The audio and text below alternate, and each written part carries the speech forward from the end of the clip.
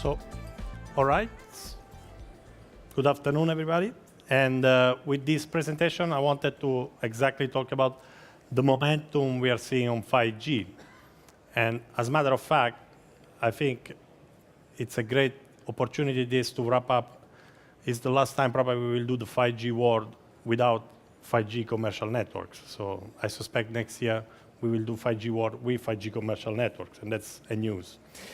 So what is 5G for us? Of course, it's a platform for the future. It will have some key ingredients. We'll have multi-gigabit capabilities. We'll have ultra-low latency. We'll have integrated intelligence at the edge.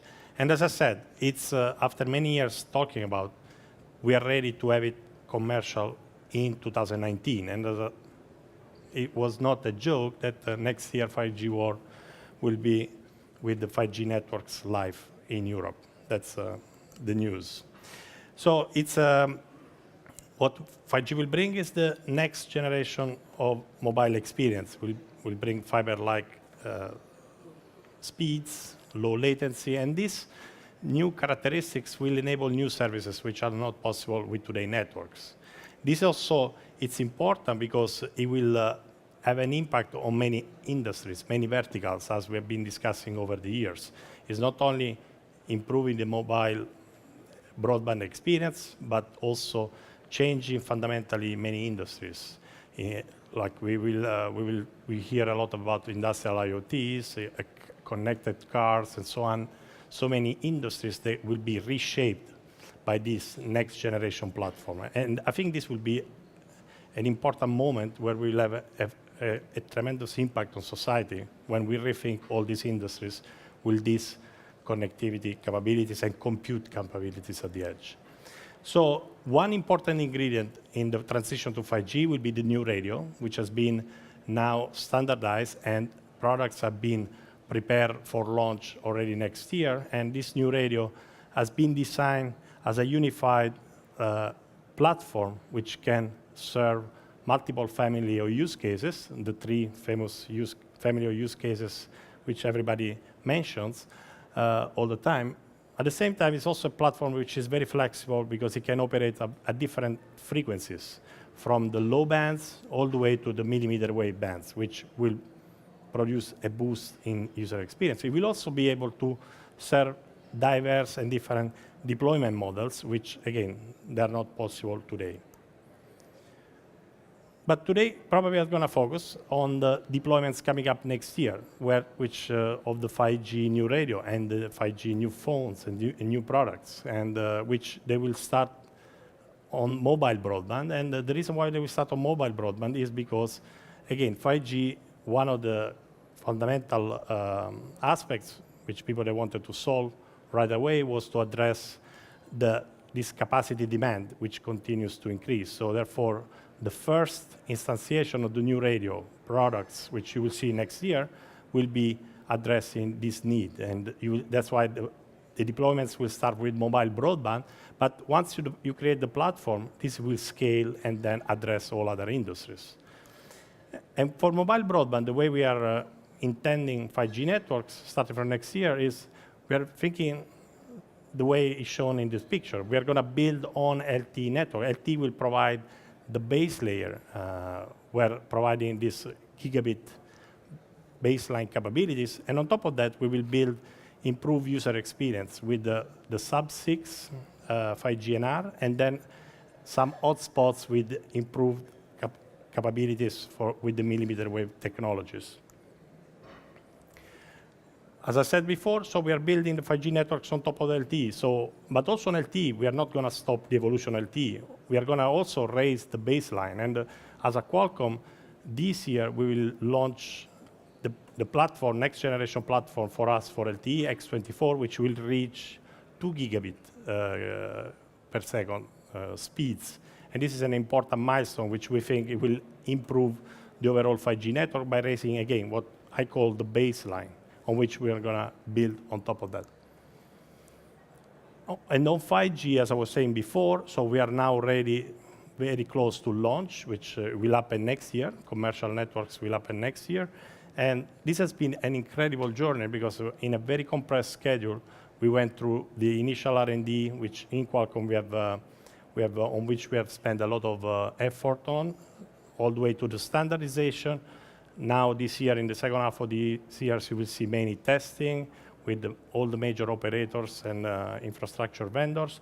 And next year, there will be commercial smartphones and commercial devices for networks to launch, starting from the first half of 2019, actually. So now I will zoom in on one of the novelties which we are going to introduce next year with the new radio. I mean, the new radio will have various components, but of course, the components that will operate in the sub-6 gigahertz spectrum will be more or less incremental in terms of capabilities with respect to what you have today with LTE. So one big boost, one big delta in performances will be achieved with the millimeter wave, which will bring the next level of user experience. It will bring ultra low latency and high speeds. And this will create actually a new platform on which new services can be launched, new use cases can be launched. As a matter of fact, we see millimeter wave as enabling a whole host of new services, starting from hotspots of high throughput, high density, high capacity networks to serving the home connectivity, so some advanced in-venue services, as well as new over-the-top services like XR. We think that this is one of the enablers which could enable XR application. With XR, I mean augmented reality or virtual reality application, because the network will become quite responsive. We'll have the right data rates, the right latencies to enable this kind of application. So this is one of the applications to watch out, because could be some of the killer application could come from that. Of course, predicting a killer application for a new technology, a new platform, it's always hard to predict. You are most of the time wrong, but this is one of the areas I will look forward to see new applications. Of course, for millimeter wave is a brand new technology in many ways. So we are overcoming multiple challenges to make sure that it can be placed in mobile terminals. So first of all, we are working with the multiple antennas to improve the coverage so that it can be integrated, the technology in cellular networks. We are also improving the robustness. So we are playing around with multiple antenna modules in the device so that we overcome blocking issues. But also we are looking at the device size and power issues and optimize those for making sure that we can use it in commercial devices starting from next year. On the other hand, so millimeter wave is not a complete new technology because we already launched from last year, actually. So we have in commercial devices, in commercial smartphones, 11AD, which is not exactly the same. It does not solve the exact same use cases of the 5G NR millimeter wave technology, but it's already a proof of concept in a way that it's already working commercial phones. So, and we gain a lot of experience on that. We are planning to use all this experience for the new devices which are going to launch next year on millimeter wave. One more thing we are trying to do, because it's important for us to contribute to this industry, is also we are developing for the infrastructure side. We are developing, leveraging on our silicon solution for the mobile, we are developing a cell station modem for the infrastructure so that infra vendors can create low power, low cost solution on the infrastructure side. And again, this will be leveraging on our hardware mobile silicon, which of course has a huge scale, and therefore you can create cost optimized, power optimized solutions also on the infrastructure side.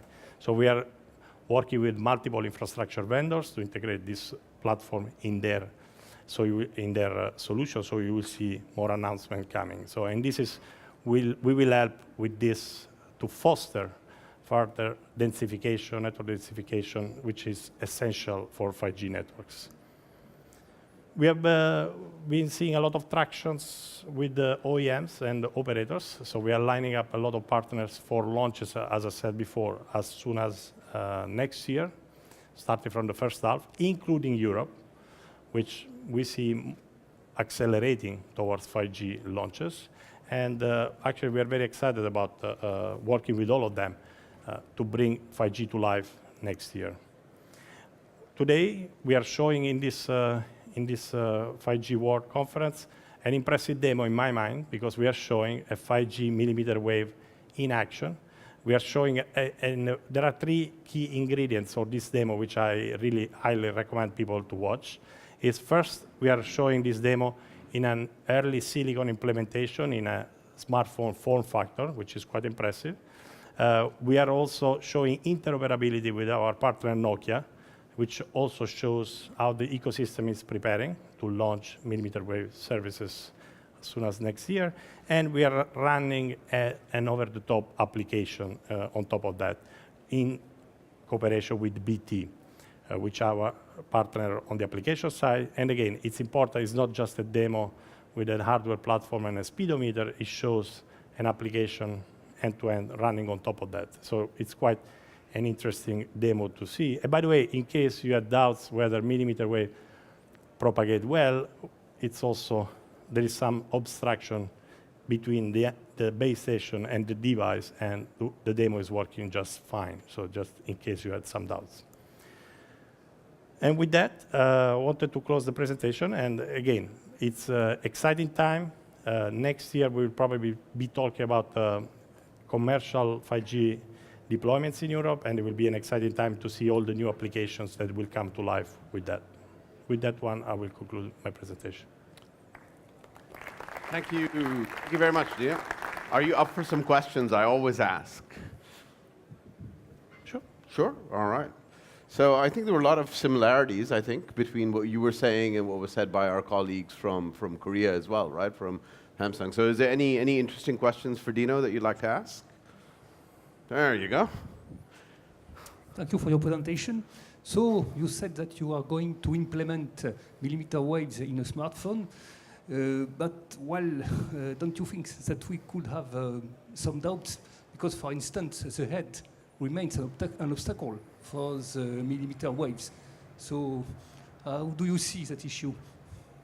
So, fair question. First of all, millimeter wave will not be used for phone calls. So millimeter wave will be used for extreme data section in which you want to reach multi-gigabit per second, low latency, and maybe you want to do some fancy application. But I doubt you will be doing a phone call with the millimeter wave. So you'll probably be handing your device in your hand and so on and so forth. So, so it will be, it's a good question.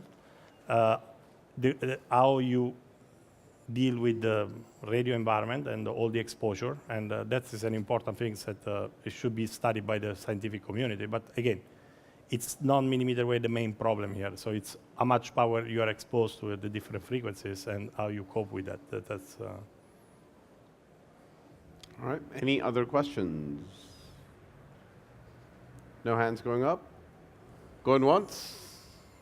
Going twice? No, you're free, mate. Thank you. Okay. Now we have a panel on 5G as a game changer for the full ecosystem. And the moderator is Gabriel Brown, who's the principal analyst for heavy reading. And if I could call Heinz, Bryn, and